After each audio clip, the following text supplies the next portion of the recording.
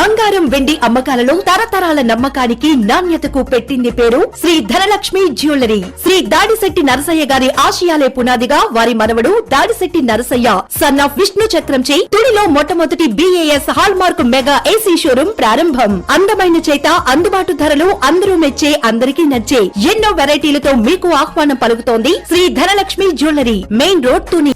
నమస్తే, my media వార్తలకు స్వాగతం. నేను మురళి. మున్సిపల్ ఎన్నికలకు తెలుగుదేశం పార్టీ శ్రేణులు సంసిద్ధం కావాలని తెలుగుదేశం పార్టీ పోలిట్ బ్యూరో సభ్యులు మాజీ మంత్రి యనమల రామకృష్ణుడు పిలుపునిచ్చారు. తుని పట్టణ తెలుగుదేశం పార్టీ కార్యాలయంలో పట్టణ తెలుగుదేశం నాయకులు కార్యకర్తలతో యనమల సమావేశమయ్యారు. ఈ సందర్భంగా ఆయన మాట్లాడుతూ మున్సిపల్ ఎన్నికల్లో జనసేన బీజేపీ శ్రేణులతో కలిసి తెలుగుదేశం శ్రేణులు సమన్వయంతో పనిచేయాలన్నారు. మున్సిపాలిటీలో ఉన్న 30 వార్డుల్లోనూ కూటమి అభ్యర్థులే విజయం సాధించాలని, అందుకు అనుగుణంగా ఇప్పటి నుంచే పార్టీ శ్రేణులు పనిచేయాలన్నారు. మున్సిపాలిటీలో అభివృద్ధి పనులకు 18 కోట్ల రూపాయల గ్రాంటు ప్రభుత్వం మంజూరు చేసిందన్నారు. ఎన్నికల కోడ్ వచ్చేలోగానే ఈ పనులన్నింటినీ పూర్తి చేయాలని ఆయన కోరారు. సామాన్యులు వినియోగించే అనేక వస్తువులపై GST తొలగించడం వల్ల పేద ప్రజలకు ఎంతో మేలు జరుగుతుందన్నారు. వైసీపీ అధినేత జగన్మోహన్ రెడ్డికి ప్రతిపక్ష హోదా దక్కే అవకాశం లేదన్నారు. ప్రతిపక్ష హోదా ఇచ్చేందుకు ప్రజలే తిరస్కరించారని యనమల స్పష్టం చేశారు.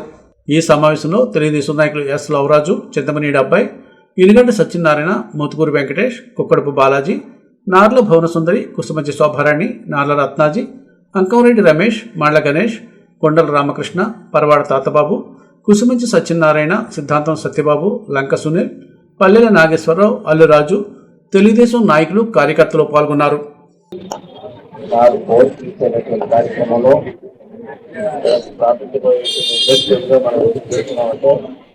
మన దగ్గర కూడా అవసరం దగ్గర కూడా దాదాపు 8 కోట్లతో మనం చూస్తే ఒక MSME సైట్ కూడా ట్యాంక్ అయింది. అది దాదాపు 10 ఎకరాలు అనుకుంటే ట్యాంక్ చేశారు. దానికి అవసరం దగ్గర MSME వస్తుంది. దానికి 8 కోట్ల వరకు కూడా ఇప్పుడు ఇన్వెస్ట్మెంట్ చేశారు ప్రభుత్వం పరంగా.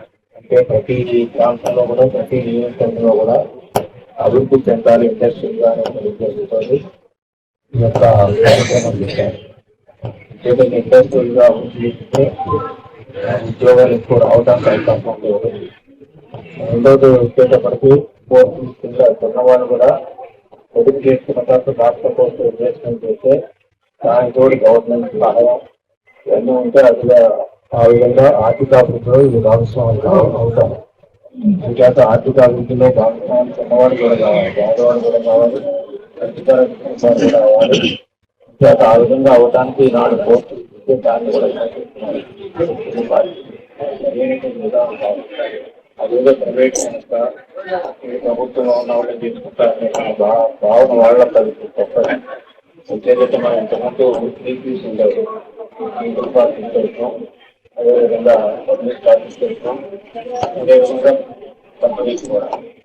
ఇప్పుడు పీపుల్ పార్టీ అనేటువంటి పోస్ట్కి సామాన్యులు కూడా దాంట్లో ఇన్వెస్ట్మెంట్ చేసుకోవడానికి అవకాశం కల్పించారు ఈ యొక్క కూటమి.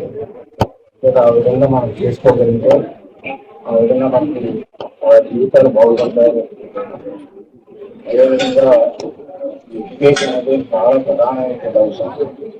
ఇప్పటికీ కూడా మన శాతం రోజు దాదాపు 10 సంవత్సరాలు అయినప్పటికీ కూడా ఇంకా మనం 73% దాటండి.